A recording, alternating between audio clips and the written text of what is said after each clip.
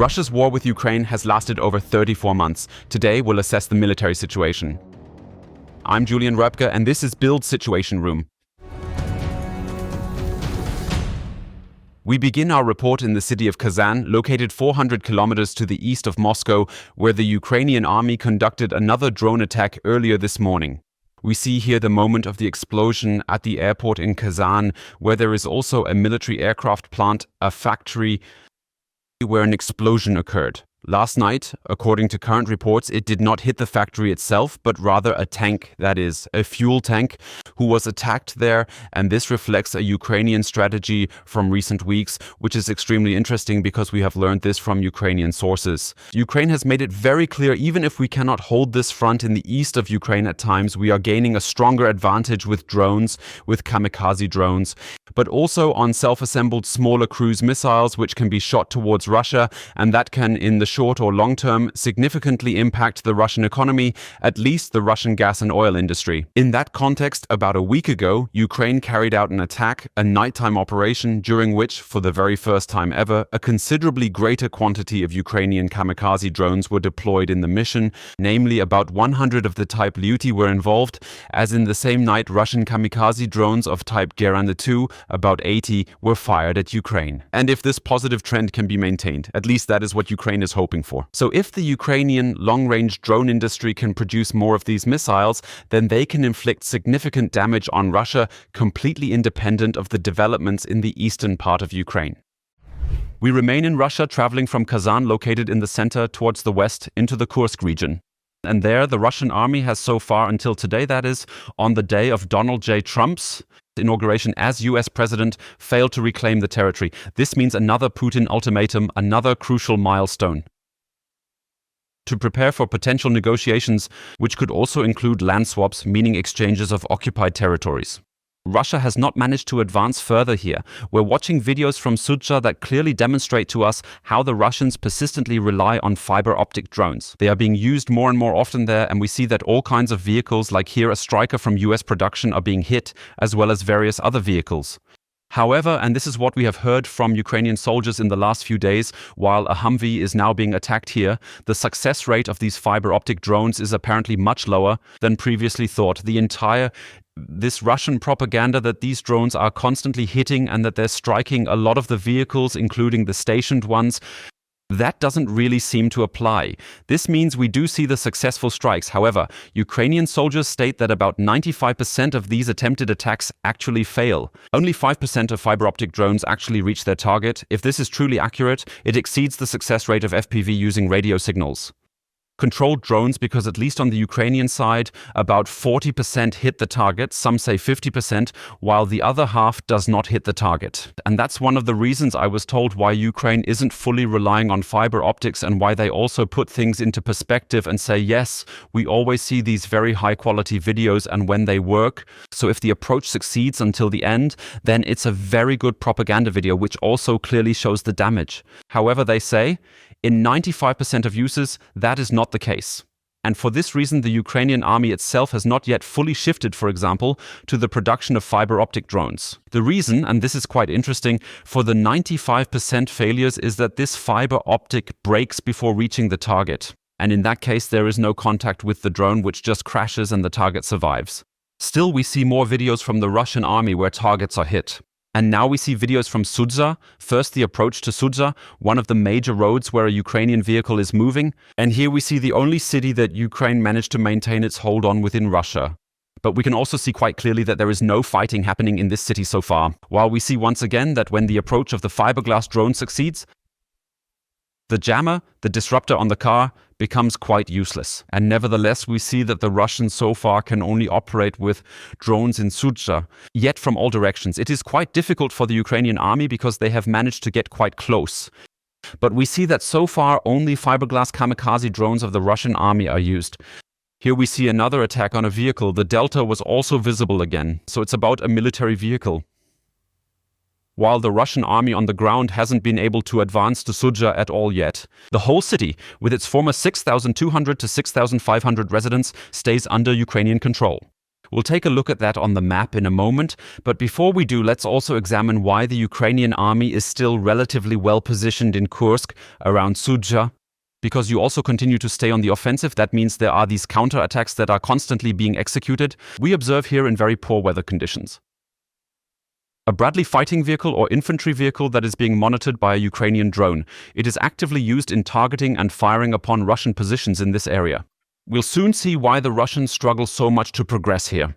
Namely, they have very few anti-tank weapons on the ground. Yes, they have these kamikaze drones of various types, but as we see here, the Bradley can drive directly along the suspected Russian position, along this forest ridge, and continuously fires its primary weapon into this densely forested ridge area. This means at least the Ukrainians suspect Russian soldiers here who tried to advance. In this particular video we're watching, which is unedited and lasts for about a minute, it seems there is no visible resistance from the Russians against this moving vehicle. That means the armored personnel carrier wasn't attacked here, and that's one of the reasons, because alongside all these weapons being used from the air, for example, or even the airstrikes we've seen again in recent days, including with Fab 500 and Fab 1500 bombs, that the Russians can't establish this superiority on the ground, even with thousands of North Korean mercenaries, to clearly drive out the Ukrainians here. And we're looking at the map for that as we continue to follow this counterattack by the Ukrainians in Kursk here and see that we've now done it everywhere, just like we did in the last broadcast that we had on the 9th of January, so 10 days ago, to have the status first and then see the current status for today, so the 20th. January, 10 days later, we can orient ourselves to this small region here, which is still colored blue. That's the difference that we'll be seeing shortly. This means we're about to view the current status as it stands right now by the end of January. And we can see accordingly, the Russians were unable to retake a large part here. The town of Sudzha is firmly held under Ukrainian control. Similarly, Malaya Loknya, another town, and Sverdlikovo, another small town, remain under Ukrainian control. That means the Russian goal of recapturing this region by the time Trump took office completely missed the mark.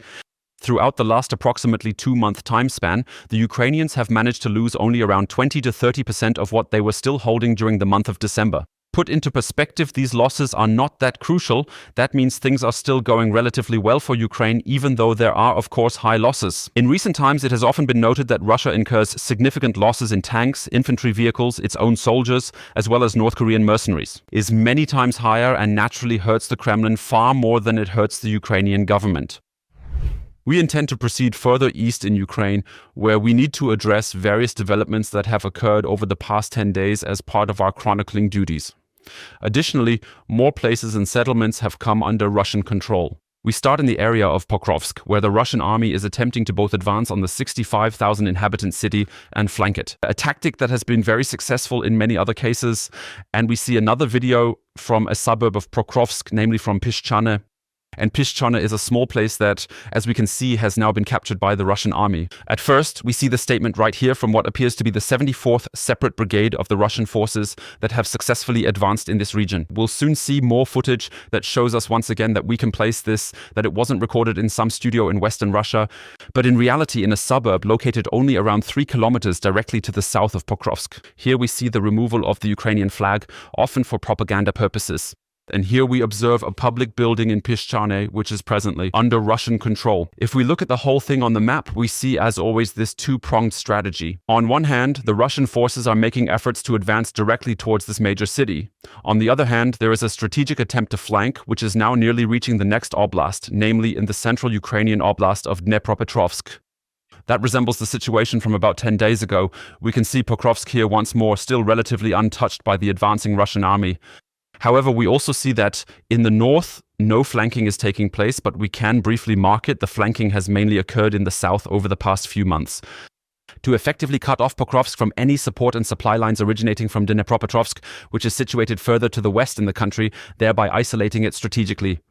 If we allow it to play, we are able to observe the visual difference from the 9th of January to the 20th January, and we see, of course, that the Russian army is trying and relatively successfully to continue their advance. This means that as of now, we have another railway line in this area that has been completely cut off and hasn't been utilized in the past few months. Nevertheless, we have the visual confirmation today as well that Kotlin is under Russian control, and also that fighting continues around Udakna. Looking at it here, it's relatively clear to see that there are now only about 5 kilometers separating the current front from the next urban area nearby. Or the next province in Ukraine. And at the same time, we have the situation where the Russian army continues advancing from Kotlin this morning, moving north. And if you hit this road right here, that's the E50. So basically, that's the main highway leading directly to Dnipro. If you were able to cut off the road, Petrovsk would face a massive problem because it would then only be accessible through just a few remaining routes. This represents a tactic that has been observed repeatedly in various ways over the past several months. A tactic that the Russian army has applied with relative success. You know, the Ukrainians have only limited resources with which they can, for example, defend major cities. However, the fields and the villages surrounding them are significantly less defended and protected. And in that sense, we are facing the significant problem. As one Ukrainian soldier recently described, our trenches are almost empty and there are hardly any forces left to stand against the advancing Russians anymore. We're simply trying to slow them down and eliminate them from a distance using drones. This approach does work to a certain degree. Naturally, a significant number of Russians are losing their lives here on a daily basis. However, despite employing this strategy in recent months, the advance of Russian forces couldn't be effectively stopped here. We look a bit further west. However, we remain in the Donetsk region and see here that the next city, namely Velyka Novosilka, is also being attacked by the Russian army. A relatively small town, only 5,600 inhabitants before the war, but extremely strategically important because it is exactly now. At the corner, so to speak, of the Russian advance, from both the eastern and the southern directions, we have footage indicating that the last suburb named Vremivka was a few days ago was taken by the Russian army. We're showing this propaganda video from the Russian Ministry of Defense to highlight what is seen as the success formula from their viewpoint. Namely, both the massive firepower we now see here, the impact of an extremely large number of BM-21 Grad rockets striking Vremivka, but then also primarily the use of infantry. And it's precisely this infantry that the Russians have, which the Ukrainians don't have, that the Russians can sacrifice and are willing to kill by thousands week after week, to be killed by the Ukrainian army. But when we look at the whole situation, the combined arms battle, that is, we had the ranged weapons being deployed, we also keep seeing drones dropping something from above. But we also see that the Russians are capable of hitting a building where it's assumed there are still Ukrainian soldiers. And we see that the Russians have soldiers everywhere and are trying to flank from both sides. And when you have the infantry that, of course, can die, if you can say it like that, where the Kremlin says we know our casualty rates and we know our loss rates and we're completely okay with it, that these loss rates continue to occur, then you can implement such strategies.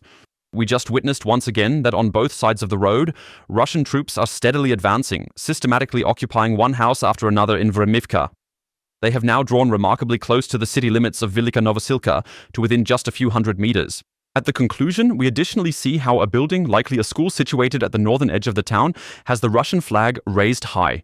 So, we can see how the Russian troops have firmly established a foothold there, even as we've just witnessed an airstrike happening, which ultimately illustrates to us that yet another location, and we observe this complete destruction, which means that life here is simply not possible. Nevertheless, for the Russians, it's fine to carry out such a kind of liberation, as the Kremlin calls it. So Vremivka is completely destroyed. And the interesting thing, which is why we're letting this run to the end, is that right next to it, we then see the city of Velyka Novosilka, which starts right on the other side of the river. This means we have one last natural obstacle here, if you will, which stands between Vremivka on one side and Velyka Novosilka on the other side. Here we can see it once more down here, now entirely under Russian control. All of this area is Vremivka. Here lies the natural obstacle, which is the river, and across on the other side it remains under Ukrainian control here. The city of Velyka Novosilka, however, and we will see this on the map shortly, is now surrounded on 3, almost 4 sides. And that is a huge problem for the Ukrainians. Here we see the destroyed bridge. It's not entirely clear whether the Ukrainians or the Russians destroyed it. However, Russian war bloggers say you can still cross over it with infantry. Forgetting the operation specificity, no vehicles are evident. Russians place their reliance solely on infantry and air support. And in that sense, according to its own statements and those of Russian war bloggers and propagandists, it's apparently possible for the Russian army to advance over this destroyed bridge towards Velyka Novosilka and then occupy the town. The seriousness and drama of the situation encompassing Velyka Novosilka become evident in our comparison of maps from the past 10 days. Let's take a look first. As mentioned, the city is in a very important location, right here in the southwest, in the southeast of Ukraine, in the southwest of the front. And we are currently observing the situation as it was about 10 days ago. And what's especially interesting is that down here we still have this blue region present. And this shows us a bit that the Ukrainian counteroffensive, which was originally even meant to reach Mariupol in the fall of 2023, went in this direction. That means they advanced about 10 kilometers south. This blue area signifies liberated by the Ukrainian army again. The blue area depicted here, which I think comprised 7 villages to the south, has once again been in recent weeks turned red again, meaning occupied by Russia again. And if we now let the whole thing play a bit further, we look at what happened in the last 10 days, then we can observe that with the acquisition of Vremivka, as you can clearly see here, they have skillfully maneuvered around this town from not only the northern side, but also from the eastern and southern sides as well, also now from parts of the western side, that the Ukrainian army is left with only an extremely narrow corridor about 3 kilometers wide, which is here, to supply this city or, if necessary, to withdraw from it.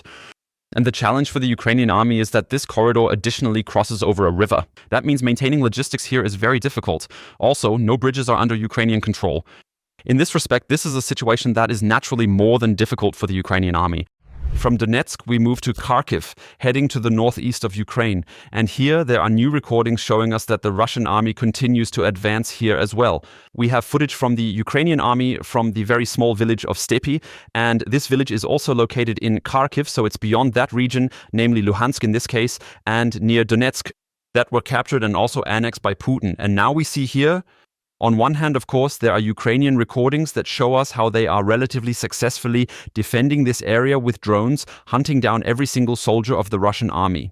Yet, we must also put these recordings into perspective. They show only the soldiers you encounter. This means the successful drone attacks on Russian soldiers do not show us the part of the Russian soldiers, whether it be 10, 20, 30%, who survive the attack and can then advance further. And this means that we are also witnessing a continuing Russian advance in Kharkiv, as well as in Stepi and around the city of Kupiansk, which has progressed further in the past few days. Let's quickly take a look at the situation from 10 days ago and then proceed to discuss the most current events. We now see the Stepi at the southern end of this front has also fallen under Russian control at the very southern end of this front. And it is just, this typical Russian strategy that we have often seen in recent days and months. That means you come from the east but are now trying to expand here, and on the one hand. That is also, Borova is the next largest city here, also in Kharkiv, trying to advance towards there, as well as pushing towards Kupiansk. And the whole situation is, of course, threatening for Ukraine, which is in another province, not only in Donetsk and Luhansk, but also actively on the ground in Kharkiv and further south, including specifically in Zaporizhia against the Russians, must continue to defend against the onslaught there. From the specific war events, we want to discuss some tactics of both Ukraine and the Russians and take a look at the current footage here, which just demonstrate how this war continues to evolve over time and how indeed this war is shaping the development and use of weaponry worldwide in a broader context. And we have recordings that, yes, I think are quite exciting and sensational. They show us that Ukraine, after several months of testing, has now actually managed to equip their small drones with mounted weapons, specifically shotguns, in order to effectively take down and neutralize enemy drones. We have repeatedly observed in the past that individual Ukrainian soldiers were strategically equipped with powerful shotguns to take down incoming drones directly from the ground. Currently, Ukraine has ingeniously developed an extremely fascinating and innovative tactic. In this approach, we see 2 barrels, which are parts from shotguns that have been carefully attached to an FPV drone. Now, this modified drone is set to go on a mission hunting for Russian drones, and we'll see shortly. This operation is highly successful, just let it play out. We briefly observe the Russian drone beforehand and then consistently witness its successful takedown. Yes, the entire sequence is edited together. Nonetheless, we have approximately around 20 different scenes here where you can clearly see that one of the 2 shotguns is being used in each instance. The shotgun pellets shoot out forward, and because of this relatively large spread, quite different from an AK-47 or AK-74 or similar, we have this large spread, which offers the capability to successfully target and strike this particular small Russian FPV drone from a distance of several meters and consequently bring it down effectively. In other words, yes, it embodies a significant part of the horror that the opposing side envisioned when they initially transitioned to using drones and when they made the switch to these very small, highly mobile and swift-flying units. We currently have the capability for one drone to actively pursue and chase down another drone. This phenomenon has been observed in the past with direct approaches using various methods such as nets to capture them. And now we are observing that, apparently, shotguns have been securely mounted onto drones and are actively being utilized in the skies to pursue and take down other drones. We see footage at the end that shows how this weapon can also be used against ground targets. In this particular situation, there happens to be a Russian soldier present who is very noticeably missed by the fired shotgun blast. And that's where it becomes a bit questionable to use the whole thing, because you have such a large range, such a great distance. And the whole thing is quite obviously that these drones with their shotguns can be best deployed from close range against other kamikaze drones which don't expect it, or surveillance drones that can be easily deployed. Of course, it's always the question of who sees whom first in the air, and that ultimately leads to the success or failure of the respective mission. Finally, we want to spend some time taking a closer look at the overall logistics. We'll begin by examining Russian logistics, if it can even rightfully be called that, and we have some interesting footage here showcasing that aspect of it. At the front, we've often been left shaking our heads in disbelief lately, truly wondering how something like this can possibly happen. How can an army, supposedly the second strongest, the second most important in the world, which is how the Russian army describes itself, come to the front with such vehicles? But what we are observing here is a workshop in Russia that is modifying civilian vehicles to turn them into a sort of combat vehicle. These vehicles are equipped with cages for protection against drones and are fitted on the sides with some sort of rubber coating or similar materials to safeguard against mines. This setup is definitely not military grade. I am quite certain the Russians fully understand what they're doing given their existing limitations. But the fact that such simple civilian vehicles, which naturally are not armored at all, and we can also see here you need a lot of imagination to come up with the idea that really helps against the weapons used, especially given the Ukrainians can attack from the side with their FPV drones, to attack from behind, and so on. Nevertheless, those are the proudly released recordings coming out of Russia, displaying exactly the types of military vehicles that have been provided to their soldiers, equipping them specifically for the ongoing offensive war being waged in Ukraine. If you compare it to 2022, where 150,000 Russian soldiers moved extremely quickly with an extremely large number of armored vehicles, advanced in from all directions into Ukraine, you can clearly see how significantly the war has evolved and how much Russia itself has indeed transformed. And this is now, just to reiterate, the army that was formerly considered the second most important in the world, which is attempting to gain the upper hand using what I would refer to as Mad Max-style vehicles. In terms of logistics, we want to explore further and look at the Ukrainian side. We have short footage that shows how crucial support is, even without necessarily involving military weapons. What we observe here is a vehicle from German engineering, specifically an HX-81 low-loader manufactured by the renowned MAN company. The federal government has provided 90 of these units to Ukraine. And right here we can observe an Abrams tank M1A1 belonging to the Ukrainian army that is being transported. A tank that is relatively fast but has a very short range due to its very high consumption. With manned vehicles it's completely different, of course, and Ukraine definitely needs not just tank armored personnel carriers, not just missiles, but also this logistics to keep their weapons moving, ensuring this entire war machinery remains functional and active. Ukraine is still 2.5 times the size of Germany, and in this respect Germany is doing a lot of good, unlike other countries, by not only supplying deadly weapons of war, some from the Cold War era, but also very modern logistical options, to ensure that the whole operation can continue, not only allowing Ukraine to fight on the front lines, not only just with drones, but to support a large army of 1 million troops. They are under arms in Ukraine, enabling this substantial army to be transported from one location to another across such an expansive country as Ukraine.